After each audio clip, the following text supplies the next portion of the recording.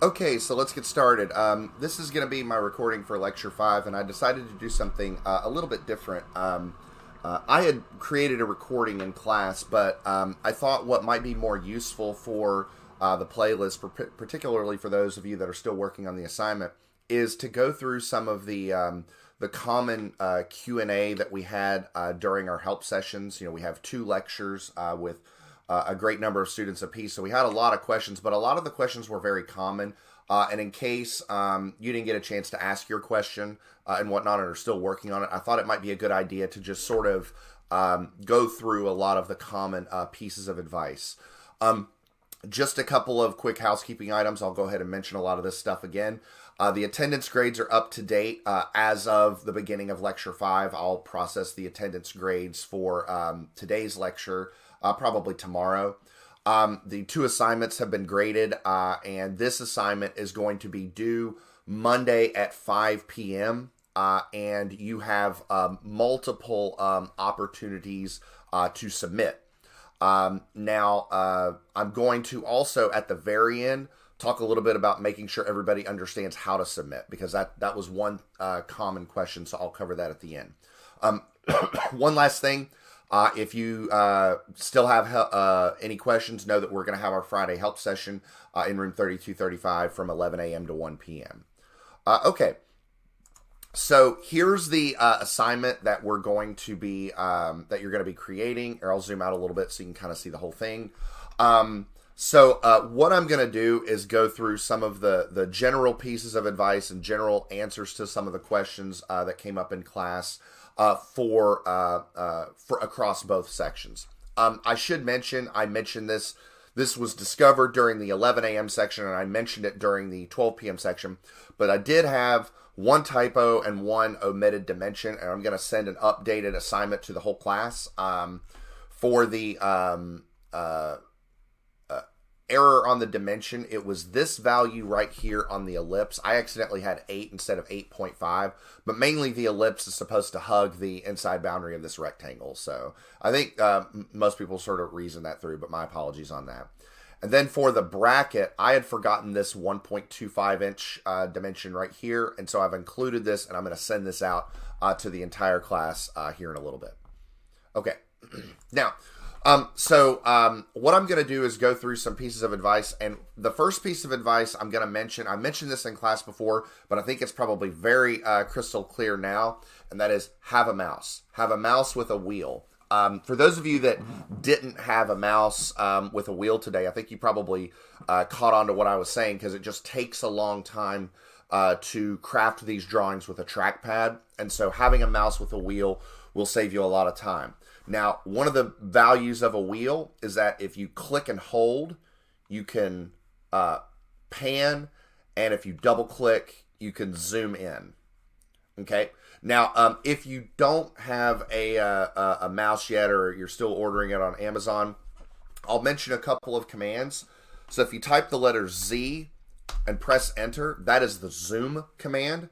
So if you type the letter E and press enter, that zooms to extent. So that's basically doing the same thing that the double click is doing with the keyboard. Okay, so I wanted to throw that out there in case you're still waiting on your mouse to come in. Okay, one of the other things that you can do is you can click and hold the mouse button and sort of drag. This is panning. Okay, and you can also do that by just typing in pan and using, click and hold on the trackpad and do that. And then to get out of the command, hit escape. So I thought I would mention that just so that it was on everybody's radar. Okay.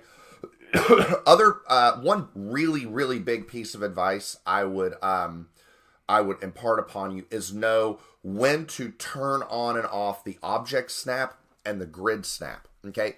So just so everybody remembers, down here at the bottom, this is object snap. Okay. And so this is how it snaps to an endpoint, a midpoint, a center, an intersection, so on and so forth. And then down here is the snap settings for turning on and off the grid snap. I have my grid snap on. I'm going to go ahead and turn it off. But just make sure that you're comfortable with knowing how to turn those on and turn those off. Another thing that might help is ortho mode. Ortho mode would come in handy when you're drawing the Tetris pattern. And so those are probably some blanket pieces of advice I would have for the entire assignment. Now what I'm going to do is I'm going to go through each feature and give you a couple of ideas. First thing I'm going to do is talk about the page border. So I do recommend using rectangles over lines. Doesn't really matter which one that you use, but it's just faster to use rectangles. Remember when you're drafting a rectangle, right? So I'm going to put a rectangle over here, right? So if I put a rectangle, let's just put a rectangle at 26, 12. So 26, 12, press enter. And here's the rectangle. What I can do is enter the width of the dimension, or the width of the rectangle, 16, and then hit the tab key, and then maybe do 7 and press enter, and that's how I can control dimension. Okay, so that is one way to craft the rectangle. Another way of crafting the rectangle is to use object snap and grid snap.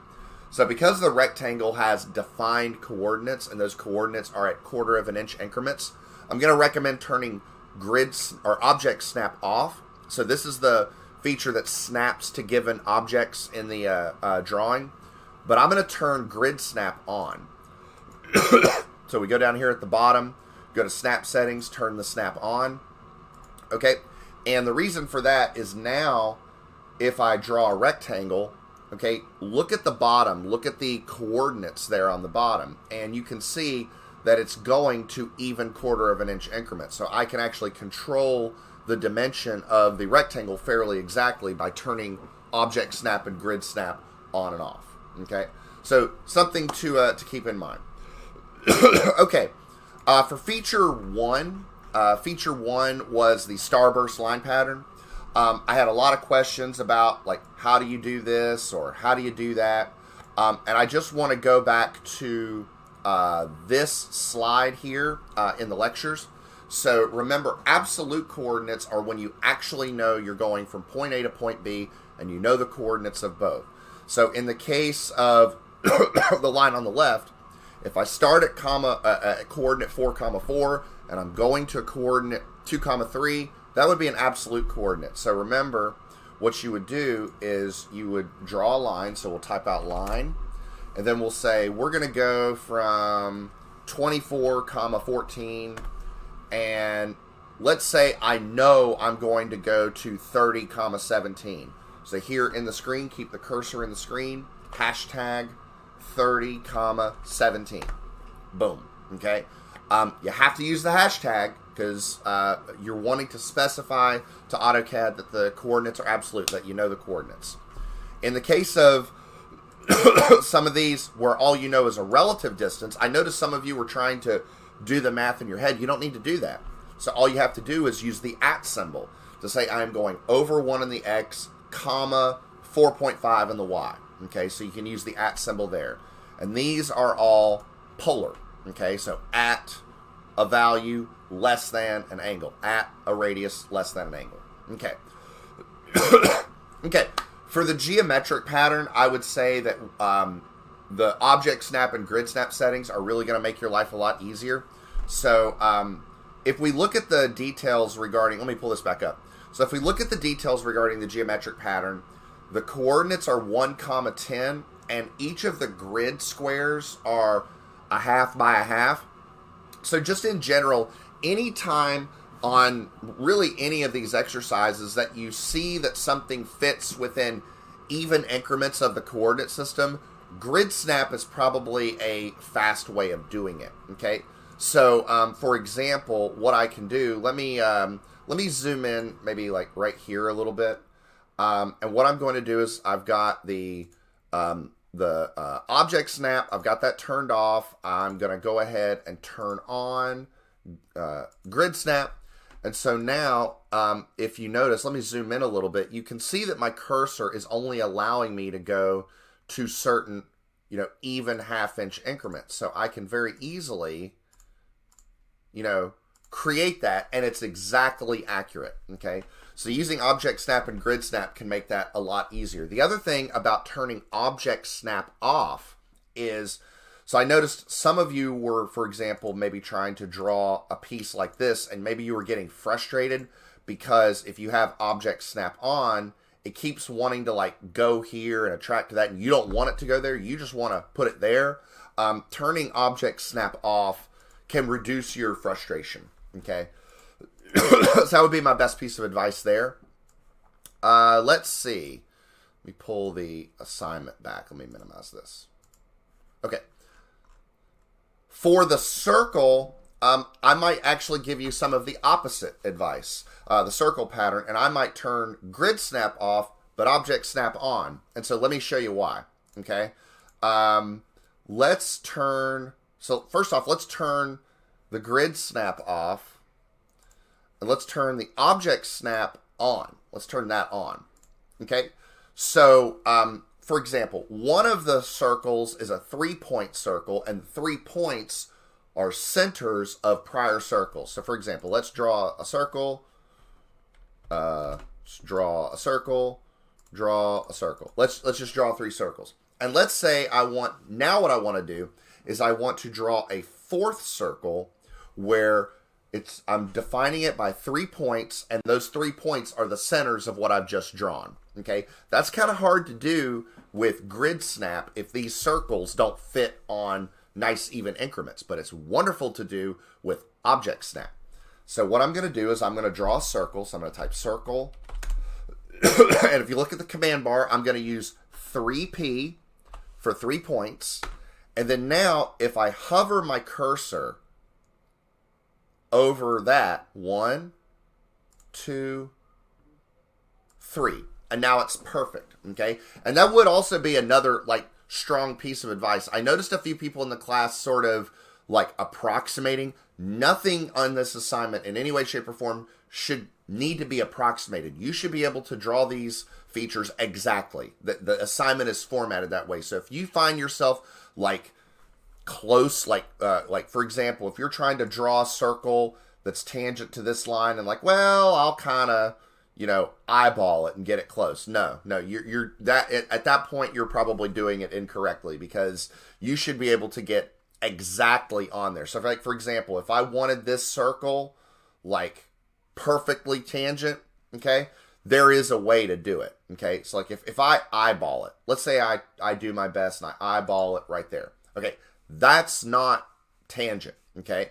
If I really wanted to get it tangent, there are ways to do that. And so, like, for example, some of you might zoom out and go, well, that looks tangent.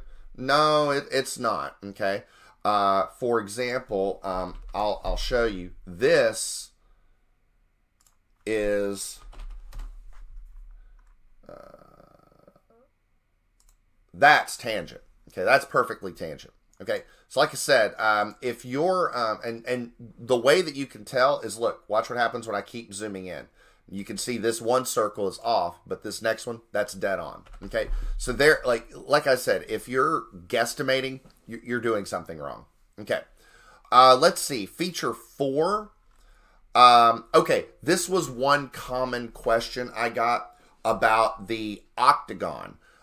Some of you were asking, you didn't, had a hard time figuring out how to draw the octagon upside down. Okay, so let me show you how to do that. So first off, again, the key feature here is if you look at the data regarding the octagon, it's all even increments, and it's all with respect to the coordinate system. So I'm going to use my little trick of turning object snap off and grid snap on. Okay, so grid snaps on. Okay, and by the way, you can just turn that off right there, by the way. So that's a quick way of doing it. So we're going to do a polygon. We're going to do a 8-sided polygon. I'm going to put the polygon at 25,9 just for demonstrating here. And we'll inscribe it. Now watch what happens. Now, some of you in class were probably thinking, well, I need to numerically enter a radius, right? So if you numerically enter a radius, like we'll say, 3, it's the bottom's flat, like the octagon's upside down. Okay, let me give you a different way of doing it. So we're going to do this again. So 8, I think I said 24,9, inscribed. And now instead of numerically entering it, I'm just going to use the mouse. So now what I'm going to do is use the mouse, go down, and now you can see if you look there in the field on the screen, I can actually, so if I wanted it to be 3, now it's exactly 3 and it's upside down, right? So you could just use your mouse to do that. Okay. I don't really think I had too many questions about the bracket. I'll say that if you got everything else, I think the bracket is probably pretty straightforward. So I'm going to go ahead and stop the recording, or sort of stop the question Q&A there. Again, I'll be there on Friday if you have any questions. But other than that, if I don't see you on Friday, I'll see you next week.